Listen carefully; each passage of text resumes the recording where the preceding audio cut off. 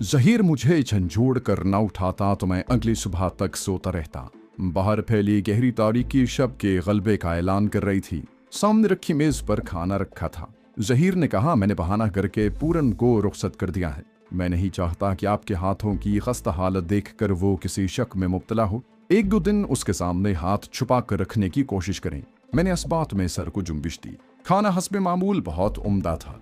पूरन गर्म दूध के गिलास लेकर आया तो जहीर के मशवरे के मुताबिक मैं रजाई में दुबक गया। मेज पर गिलास रखने का कहकर जहीर ने उसे रात भर के लिए रुखसत करके दरवाजा बंद कर दिया। दूध पीने के बाद उसने मुझे नींद पूरी करने का मशवरा दिया। मैंने यकीन दिलाया कि मुझे फिलहाल नींद नहीं आ रही। हम दोनों काफी देर तक गप्पे लड़ाते रहे। मैंने जहीर को क्रिकेट के मैदान में अपने कारनामे बताए। अपने क्रिकेट क्लब के क़याम का किस्सा सुनाया कि कैसे मैं जिद करके अब्बू जी से रकम लेकर बंदर रोड से क्रिकेट का बल्ला और गेंद खरीद कर लाया था और इस तरह मुस्लिम क्रिकेट क्लब की बुनियाद डाली। वो उस जमाने में रणछोड़ लाइन के इलाके की वाहिद क्रिकेट टीम थी। जहीर ने बताया कि उसे फुटबॉल खेलने का शौक था। वो अपने कॉलेज की टीम में फॉरवर्ड पोजीशन पर खेला करता था और उसने कॉलेज को बहुत से अहम मुकाबले जितवाए थे। उसके घर में उसकी जीती हुई बहुत सी ट्रॉफियां और तश्तरियां सजी हुई थीं। फिर मेरी आंखें बोझल होते देखकर उसने लालटेन की लौ कम कर दी और रजाई सर पर लेकर करवट बदल ली। मेरी नींद गहरी होने लगी थी कि मुझे लगा जहीर अपनी चारपाई पर से उठा है, लेकिन आंखें खोलने और रजाई मुंह से हटाने की जहमत कौन करता। मैंने खुद को नींद को सौंप दिया। अगला पूरा दिन हम दोनों ने मोटरसाइकिल पर करीबी बस्तियों और खेत खलियानों और बिक्रम सिंह के फूलों के बागों की सैर करते गुजारा।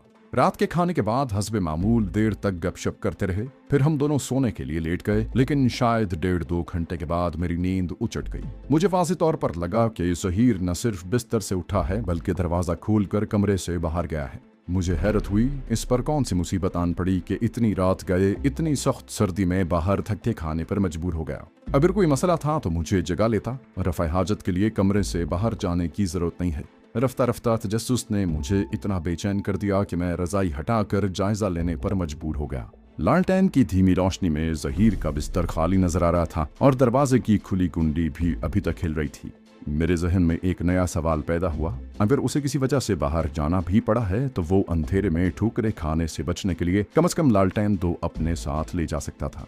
हवेली से बाहर तो जा बजा कुत्ते इस्तकबाल करेंगे। मुझसे रहा न गया। जूते पहनकर मैं दरवाजे के पास पहुंचा और फिर दोनों किवाड़ों में खला करके बाहर झांका।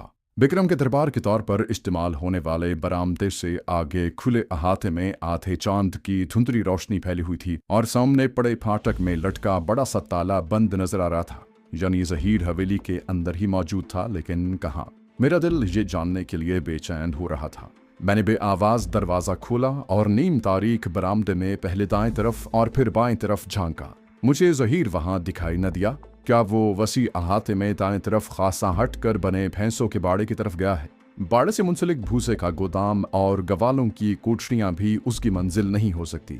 बाएं तरफ वाले हिस्से में जीप का गैराज और अनाज जखीरा करने के गोदाम में भी उसे कोई दिलचस्पी नहीं हो सकती। मैं कमरे से निकलकर बरामदे में आया और तभी मुझे सन्नाटे में धीमे लेकिन नाराजी भरे लहजे में किसी के बोलने की आवाज सुनाई दी। वो आवाज बाएं हाथ पर बरामदे के सिरे पर वाक़े उस राहदारी से आ रही थी जो जनान खाने की तरफ जाती थी।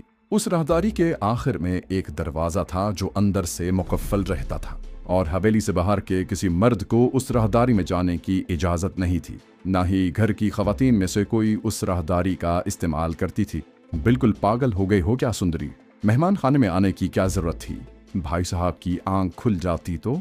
जहीर के लहजे में खफगी और तशवीश नुमाया थी। जवाबन किसी लड़की की खनकदार हंसी सुनाई दी। जहीर ने उसे आवाज दबाने को कहा। सुंदरी ने हंसी रोकने की नाकाम कोशिश के दौरान पंजाबी लहजे में हिंदी बोलते हुए कहा, तो क्या होता, हमारी चोरी पकड़ी जाती? आज नहीं तो कल ये तो होना है। जहीर की आवाज आई, बस ज्यादा दांत ना निकालना और जनान खाने में जाओ। तुम्हारा इस तरह रोज रोज उस तरफ आना खतरनाक है। जहीर के लहजे में तंबीह थी, लेकिन जवाब एक बार फिर जलतरंग जैसी हंसी की शक्ल में आया। वो बोली, कोई खतरा नहीं है, बिक्रम भाई भटिंडे हैं, प्रीतो भाभी नींद की गोली खाकर लंबी पड़ी है। जहीर की आवाज आई, मैं कह रहा हूँ जाओ यहाँ से। तुम्हें न सही, मुझे अपनी जिंदगी बहुत प्यारी है।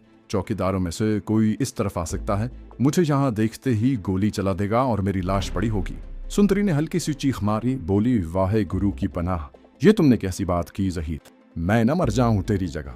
सुंदरी की ज़बान से ज़हीर का असल नाम सुनकर मुझे हैरत का झटका लगा। उन दोनों का ताल्लुक मेरे अंदाजे से ज़्यादा गहरा लग रहा था। ज़हीर ने उसे खतरे का एहसास दिलाकर एक बार फिर जाने को कहा। वो बोली, अच्छा जाती हूँ, लेकिन वादा करो तुम कल परमिंदर बुआ के कमरे में मुझे मिलने आओगे। मैं रात ढले जनान खाने का दरवाज़ा खोल दूंगी।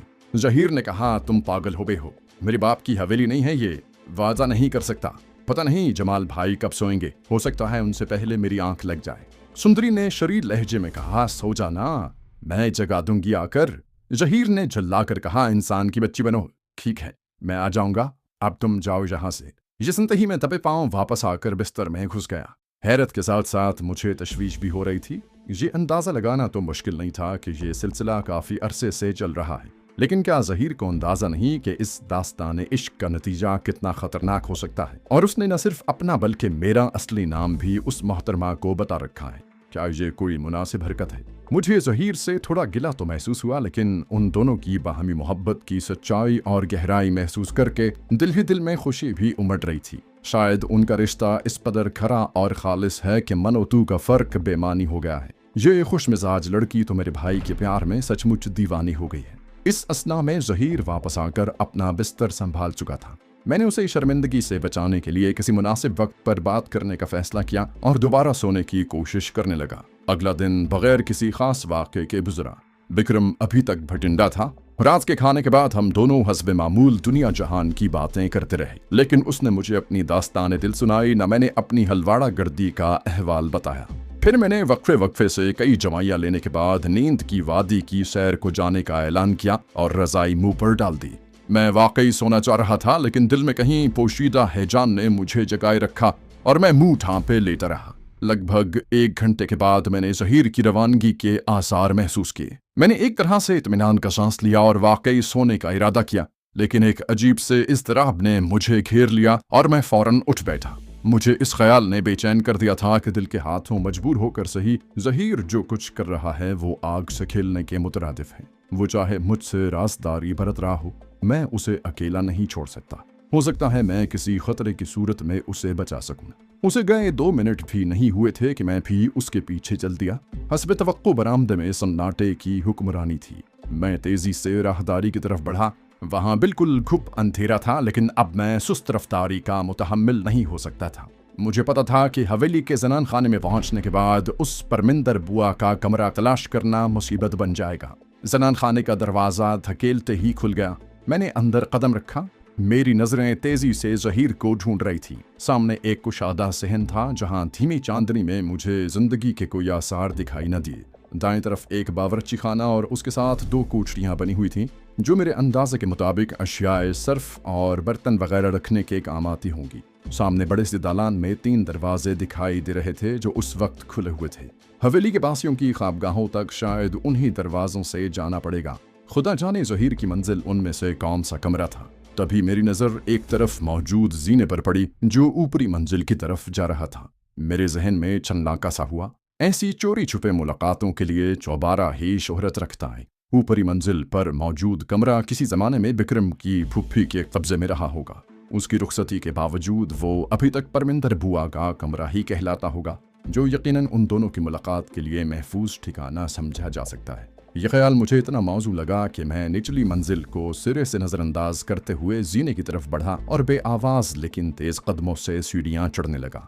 अब मेरे दिल में खलबली मचाता खतरे का एहसास कुछ पुरसुकून हो गया था। जीने के आखिर में मुझे एक निस्बतन छोटा सहन दिखाई दिया, जिसमें 2 कमरों के बंद दरवाजे दिखाई दे रहे थे। उन दोनों दरवाजों की निचली दर्ज से मुझे कोई रोशनी झांकती दिखाई न दी। मैं दबे पांव आगे बढ़ा और पहले एक कमरे के दरवाजे से कान लगाकर सुनगुन लेने की कोशिश की और अंदर मुकम्मल खामोशी पाकर दूसरे दरवाजे के अंदर से कोई आवाज सुनने की कोशिश की। वहां भी सन्नाटा था। मुझे लगा कि मेरी सारी तुक्केबाजी रायगां गई है। मुझे अब नए सिरे से तलाश का सिलसिला शुरू करना था।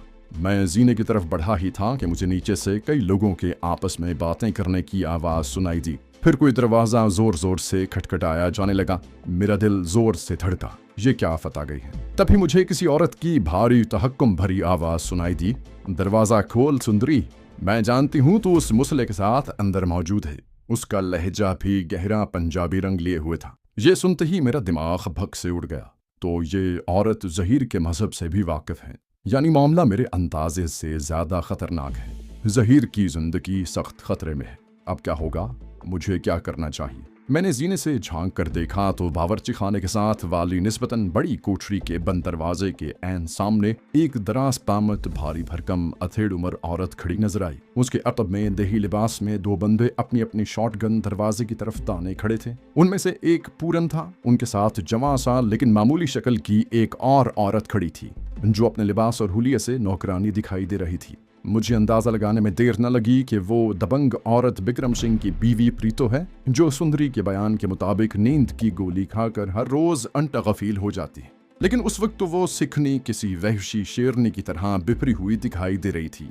उसे उस कोठरी में ज़हीर और सुंदरी की मौजूदगी का पुख्ता यकीन हो गया। तभी वो ज़हीर को भी सुनाने के लिए पंजाबी की बजाय हिंदी को जरिया इजहार के तौर पर इस्तेमाल कर रही थी। लेकिन फिर इश्तियाल बढ़ने पर वो ज़हीर और सुंदरी को अपनी मादरी जबान में गालियां बकते हुए धमकी देने लगी कि दरवाजा न खोला गया तो तोड़ दिया जाएगा और फिर बिक्रम सिंह आकर दोनों के टोटे कर देगा। मैं सख्त इज़्तिराब के बावजूद फैसला नहीं कर पा रहा था कि क्या करूं। आखिर मैं इस नतीजे पर पहुंचा कि मुदाखलत की बजाय फिलहाल सूरत हाल का रुख देखना चाहिए। इसी असना में हुलिये से मुलाजिमा दिखाई देने वाली औरत चंचना कर बोली, सरदार मी जी, एनू एंज समझ नहीं आनी, दरवाजा तोड़वा दो। लेकिन प्रीतो भाभी ने उसकी बात पर तवज्जो देने की बजाय छिड़क कर खामोश रहने का हुक्म दिया और दरवाजे की तरफ देखकर एक बार फिर गरजी, सुंदरी दरवाजा खोल वरना अच्छा नहीं होगा तेरे हक में। तभी मुझे अंदर से सुंदरी की यह आवाज सुनाई दी। वो बुलंद आवाज और ठोस लहजे में कह रही थी, भाबो मैनू अपनी कोई फिक्र नहीं, पर ज़हीर उत्ते हाथ चुकन तो पहला मेरी लाश गिरानी पवेगी तुहानू। जवाब में उसे प्रीतो भाभी की मजीद गालियां सुननी पड़ी। वो साथ साथ ज़हीर को भी कोसनों और मुगल्लजात से नवाज रही थी। तभी अंदर से सुंदरी ने एक बार फिर मजबूत लहजे में कहा, भाबो मैं दरवाजा खोल रही हूँ, पर मैं वाई गुरु की सौगंध खाकर कहती हूँ मैं ज़हीर पर बुरी नजर डालने वाले की आंखें निकाल लूंगी, फिर चाहे वो कोई भी हो। ये सुनते ही मैं खुद को मजीद नहीं रोक सका और तेजी से सीढ़ियां उतरने लगा। मुझे डर था कि वो दोनों बंदूक बरदार कहीं ज़हीर को देखते ही उस पर गोली न चला दें। मैं तमाशाई बनकर उसके मरने का नजारा कैसे कर लेता। मैं भी आंखें जीने में था कि कोठरी का दरवाजा खुला और सुंदरी ज़हीर को अपने अतब में छुपाए बाहर निकल आई। मैं उसकी एक ही लेकिन नजरें खीरा कर देने वाली झलक देख पाया, क्योंकि अगले ही लम्हे प्रीतो भाभी ने उसे बालों से पकड़कर अपनी तरफ खींचा और ज़हीर बराह रास्त दोनों बंदूकों के निशाने पर आ गया। मुझे लगा कि मैंने देर कर दी है, लेकिन दोनों बंदूकचियों ने गोली चलाने की बजाय ज़हीर की तरफ खूंखार नजरों से घूरने पर इक्तिफा किया। ये देखकर मैं जीने पर रुक गया। इस दौरान प्रीतो भाभी गालियां देते हुए सुंदरी पर तमाचे बरसा रही थी और सरदार बिक्रम सिंह की इज्जत खराब करने पर लानत मलामत कर रही थी। अचानक ज़हीर शेर की तरह गरजा, बस करो भाभी, अपने हाथ रोक लो वरना अच्छा नहीं होगा, हमने कोई बदकारी नहीं की।